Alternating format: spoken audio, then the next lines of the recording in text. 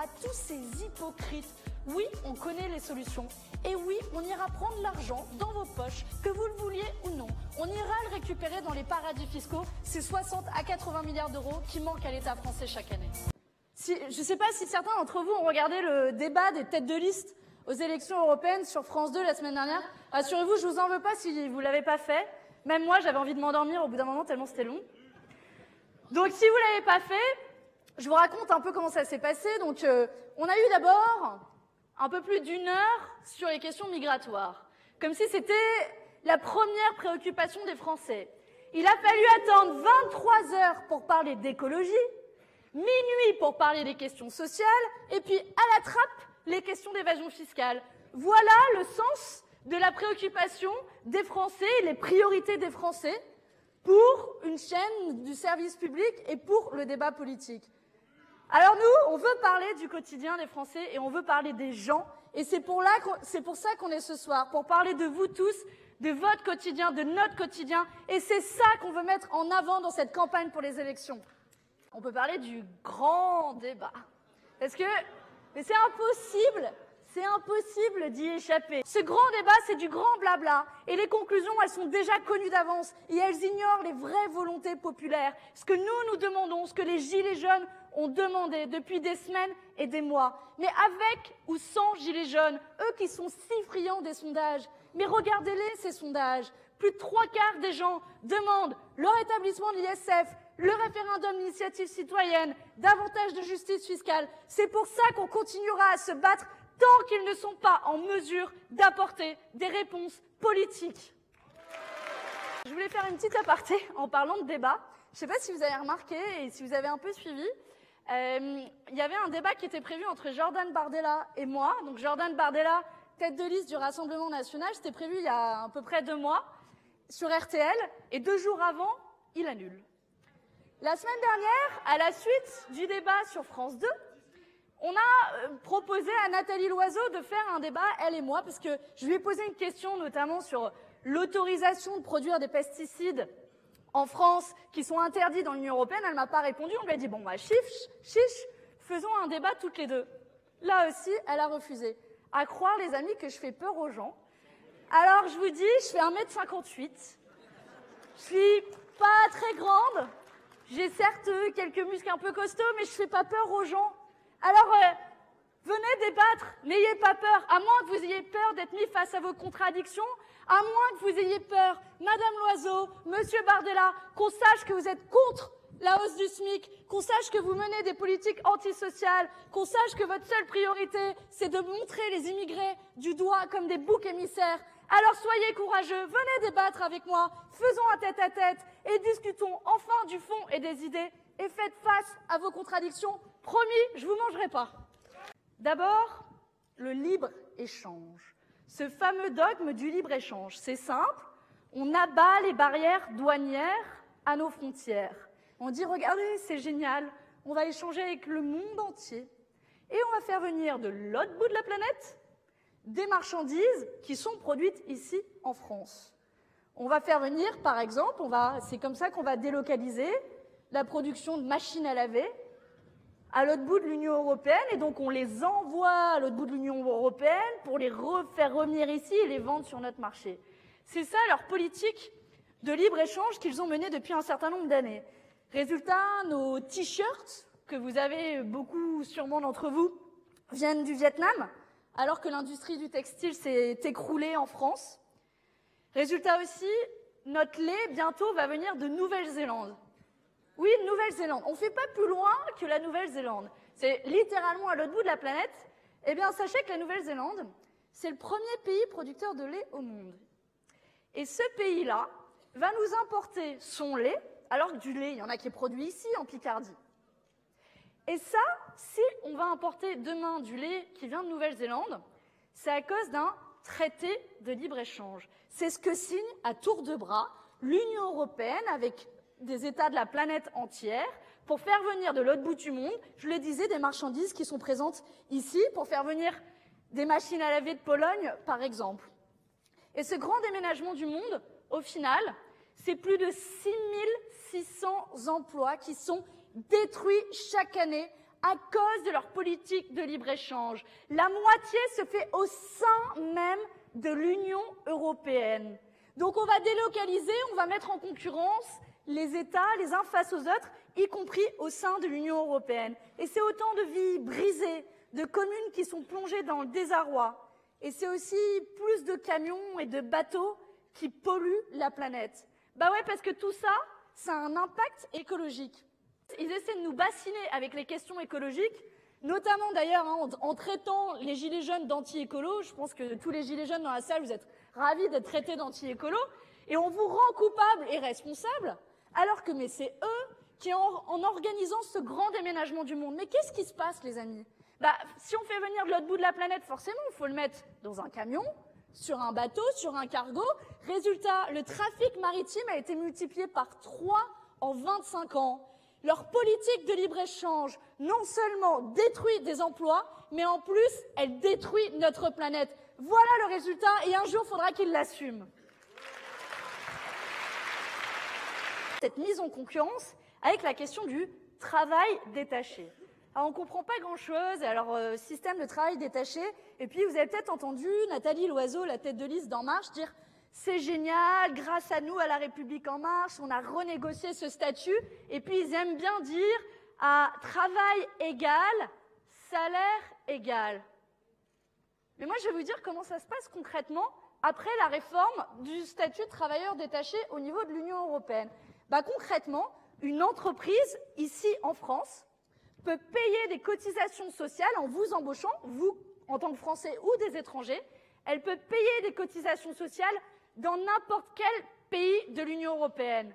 Et vu que les entreprises ne sont pas mues par une certaine philanthropie, bah, elles vont faire ce que fait toute entreprise qui recherche le profit. Elle va faire ses courses. Donc elle regarde la Hongrie, combien ça coûte, la Pologne, etc. Et elle va faire le tour. Et puis c'est comme ça qu'au final, elle va choisir de payer des cotisations sociales dans le pays où la protection sociale est la plus faible. Ça met en concurrence de manière déloyale les salariés. Et ça tire le bas vers la protection sociale de l'ensemble des Européens. C'est ça leur Europe qui protège. Moi, j'ai envie de dire à Madame Loiseau que ce sont ces principes qui sont détachables et qu'il faudra combattre plus que jamais la directive sur le travail détaché et que seule la France insoumise s'y est opposée au moment où elle a été révisée et nous en sommes très fiers de notre action au Parlement européen. Moi, j'ai une proposition à leur faire. Pourquoi nous n'irions pas les chercher dans les paradis fiscaux? Élémentaire, vous allez me dire, d'accord. Mais qu'ont-ils fait ces dernières années? Ils ont fait une magnifique liste de paradis fiscaux, la main sur le cœur, un petit peu comme Nicolas Sarkozy l'avait déjà fait. C'est la fin des paradis fiscaux. Eh bien, cette liste de paradis fiscaux, elle comporte 15 États. 15 États comme l'île d'Aruba, les îles Samoa. Alors, vous faites un beau tour du monde avec cette liste. Je pourrais vous faire la liste entière. Mais il n'y a aucun paradis fiscal notoire. Il n'y a pas d'île Caïman, pas de Jersey, pas de Guernesey, pas de Luxembourg dont parlait Evelyne, pas d'Irlande, pas les paradis fiscaux européens. Et pire encore, ils ont mis à la tête de la Commission européenne Jean-Claude Juncker, le VRP des paradis fiscaux, le Premier ministre du Luxembourg, au moment d'un des plus grands scandales d'évasion fiscale, un petit peu comme si on avait demandé à un pyromane d'éteindre le feu, la maison brûle encore. Il est interdit dans cette Union européenne-là de donner des subventions au secteur stratégique. Il n'y a pas non plus de statut pour nos services publics. C'est comme ça qu'on les met en concurrence. C'est comme ça qu'on libéralise peu à peu nos services publics. Le dernier exemple, on le connaît, c'est la question des trains avec le vote d'une directive qui s'appelle le paquet ferroviaire. Ils ont soumis à la concurrence nos lignes de train. Bah, résultat, c'est les petites gares qui ferment. C'est les petites lignes qui ferment. Et puis après, ils nous augmentent la taxe carbone, ils nous disent, allez-y, continuez à prendre votre voiture quand ils nous offrent pas d'alternative, quand il n'y a pas de choix, quand ils soumettent aux lois du marché notre train et nos transports publics. C'est hypocrite. La rengaine, le coût du travail. Vous savez, le travail coûte. Ouais, les amis, vous coûtez de l'argent. Eh bien, moi, j'ai envie de leur dire à ceux-là que c'est une chance. qu'ils essaient un petit peu de construire une voiture, des panneaux solaires, qu'ils essaient de construire quoi que ce soit avec juste des billets de banque. Bah ouais, ils ont besoin d'êtres humains comme vous et moi qui participent à la construction de ces marchandises. Et le travail n'est pas un coût pour l'entreprise. Il est une condition nécessaire à son existence. Il faudra le marteler, le rappeler autant de fois que nécessaire. Alors ils disent qu'ils veulent que le travail paye mieux. Mais dans le même temps, ils refusent d'augmenter le SMIC. D'ailleurs, je ne sais pas si vous avez remarqué, il y a une petite convergence en la matière entre La République En Marche et le Rassemblement National qui, tous deux, ne veulent pas augmenter le SMIC. Et puis, ils veulent s'attaquer à nos cotisations sociales. Comme si les cotisations sociales étaient un truc tombé du ciel et donc on ne le mériterait pas vraiment. Mais il faut leur rappeler notre système de protection sociale. Comment il fonctionne? À quoi servent ces cotisations sociales? Eh bien, c'est de la solidarité entre ceux qui travaillent et ceux qui sont au chômage, ceux qui sont en maladie, ceux qui sont trop âgés pour travailler, avec les jeunes qui étudient. Et s'attaquer à notre système de protection sociale, c'est s'attaquer à notre système même de travail. Et si vous voulez que le travail paye mieux, il y a un système, il est très simple. Payer les travailleurs plus. C'est aussi simple que cela. On a les très gros requins qui ont tendance à essayer d'exploiter dans leur chaîne d'approvisionnement et à payer le moins d'impôts possible. Et celles qui en payent les pots cassés, ce sont les petites et moyennes entreprises. Sûrement certains d'entre vous travaillent ou même dirigent une petite entreprise et vous savez à quel point vous subissez la pression des grandes entreprises multinationales. On le sait pour Prima qui paye le prix très fort de Whirlpool en tant que sous-traitant. On sait que ces entreprises ne jouent pas à armes égales. Lutter contre l'évasion fiscale, c'est aussi lutter pour l'équité entre les petites et les grandes entreprises. Parce que le bar PMU du coin, lui, n'a pas de filiale en Irlande. Starbucks, si. La librairie au coin de la rue n'a pas de filiale au Luxembourg. Amazon, oui. Cette inéquité fiscale, c'est à celle-là qu'on devrait s'attaquer en priorité si on veut restaurer la confiance dans l'impôt. Ce qu'on dénonce, ce que les Gilets jaunes dénoncent, c'est pas l'impôt en tant que tel, c'est l'injustice fiscale. C'est le fait que les gros ne payent pas assez gros et que les petits ne payent pas assez petits. C'est cette injustice fiscale-là que nous dénonçons. Dans ces conditions, pas étonnant qu'un certain nombre de Français, pas étonnant que les gens mettent des gilets jaunes. Le gilet jaune, pour moi, c'est une sorte de fierté retrouvée. C'est l'affirmation de son existence comme citoyen qui ne subit plus, mais qui agit. Et nous sommes très nombreux à agir parce que leur modèle détruit la planète, casse les droits sociaux, lamine les petites et moyennes entreprises et rend honteux les citoyens. Mais nous ne devons plus avoir honte. Avec ce gilet jaune, nous sommes et vous êtes devenus visibles et nous avons retrouvé cette fierté. Je crois que c'est ce que le film « Je veux du soleil » représente le mieux. C'est redonner la parole à ces oubliés de la République. Et c'est le fait de retrouver sur ces ronds-points, dans cette mobilisation, une fierté d'exister, une fierté de se retrouver, une fierté de lutter aussi. Et je crois que cette fierté, on peut la retrouver aussi avec la politique pour faire de ces luttes une maison commune qui défend les gens et qui s'intéresse au quotidien des gens. On veut, parce qu'au final, on veut autre chose, on veut un avenir et je crois que ce qu'on peut dire et qu'on peut résumer aussi ce soir, et en particulier dans une ville comme Amiens, ce qu'on veut tous, c'est aussi du soleil. Alors c'est ça qu'on essaie modestement d'incarner, d'agglomérer des forces qui viennent de tous horizons différents, avec des personnes comme moi qui n'avaient jamais fait de politique avant, et qui se retrouvent un soir dans une campagne commune avec Evelyne, qui ne pensait pas aussi se retrouver ce soir sur cette scène, avec tous les autres candidats qui sont présents dans cette salle. C'est ça qu'on veut incarner avec cette liste, c'est finalement la fierté populaire retrouvée. La fierté des employés, des ouvriers qui savent la qualité de leur travail.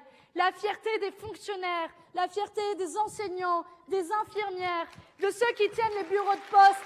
La fierté des conducteurs de train qui se battent pour défendre le service public.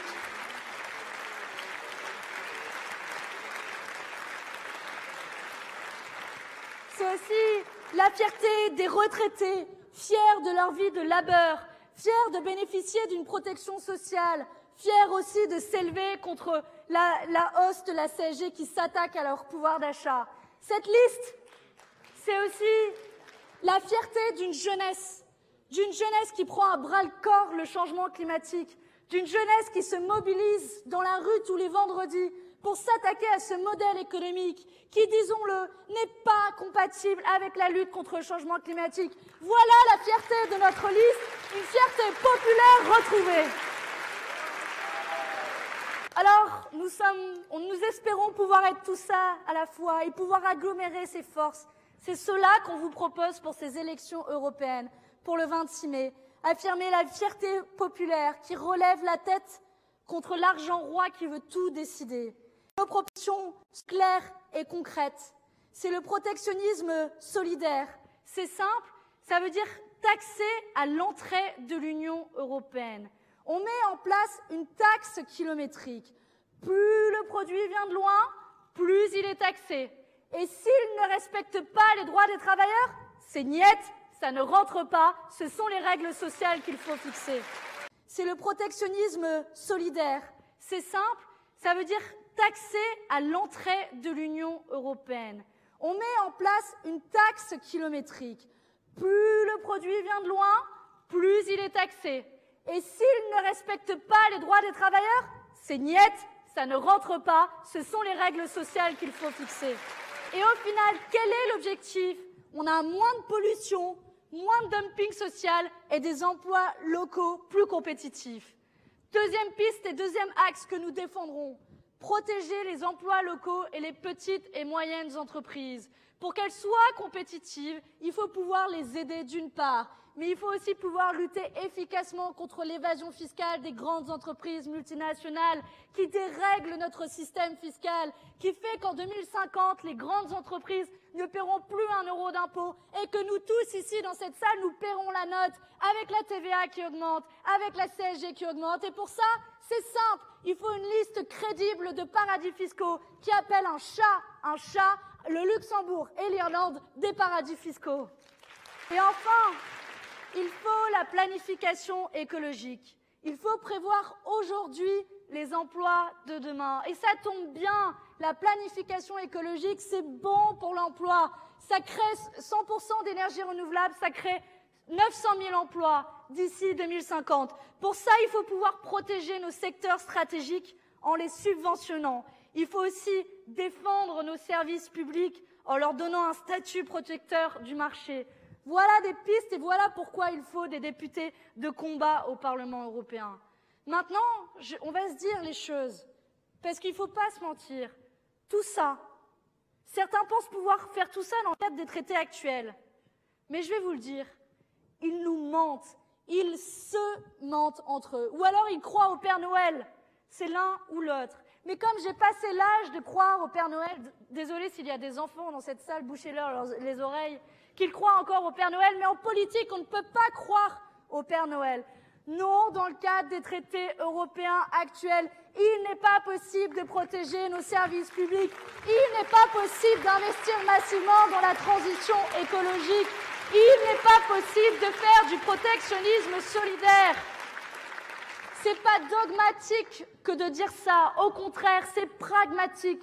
Et comme nous sommes des gens conséquents, comme nous sommes des gens pragmatiques, le protectionnisme solidaire, eh bien, il faut réécrire européen, sortir des traités européens actuels qui ont inscrit dans leur ADN même le libre-échange. Voilà pourquoi il faut combattre ces traités européens.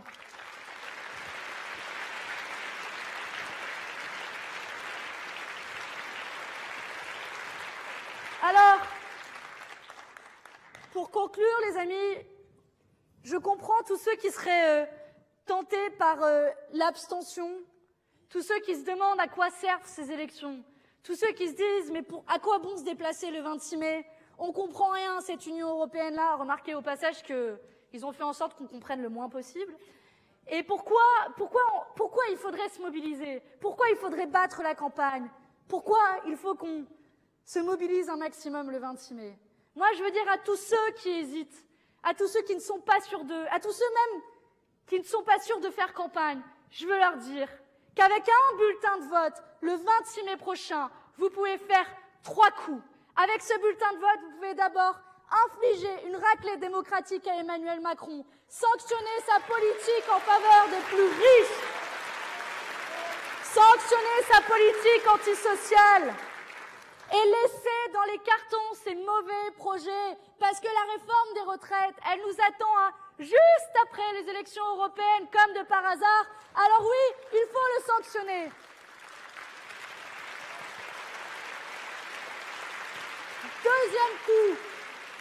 Deuxième coup, avec ce bulletin de vote au soir du 26 mai, vous pouvez envoyer au Parlement européen des parlementaires de combat, des femmes et des hommes qui ont fait leurs preuves sur le terrain, des Evelyn Baker, militantes syndicalistes contre le libre-échange, des Marina Mesure, militantes contre le travail détaché, des hommes qui ont fait leurs preuves mais qui se battront pied à pied contre le libre-échange, contre le glyphosate et les pesticides, contre le travail détaché et qui défendront nos services publics, nos droits sociaux, le protectionnisme solidaire, l'agriculture biologique et qui défendront la tolérance zéro face aux évadés fiscaux.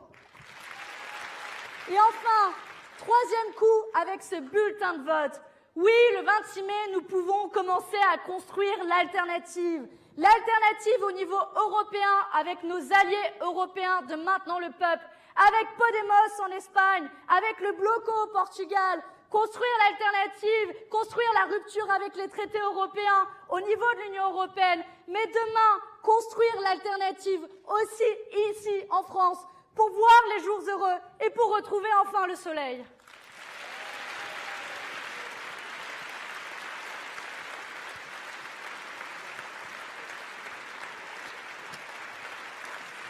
Alors les amis, redonnons au peuple sa fierté de gilets jaunes, sa fierté de citoyens, et allons tous voter le 26 mai.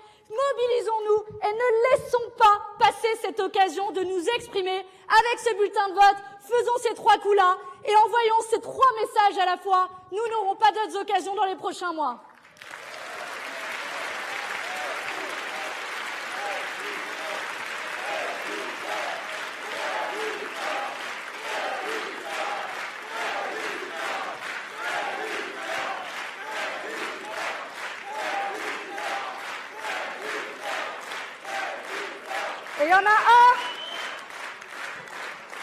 Et il y en a un qui incarne peut-être plus que tous les autres la résistance.